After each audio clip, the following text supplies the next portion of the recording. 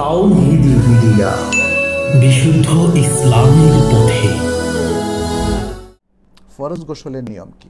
ফরজ গোসলের নিয়ম, আপনি শুরুতে বিসমিল্লাহ বলে ওযু করবেন এবং শুধু পা ধোয়া ছাড়া বাকি ওযুর যে স্বাভাবিক নিয়ম আছে সেভাবে করবেন।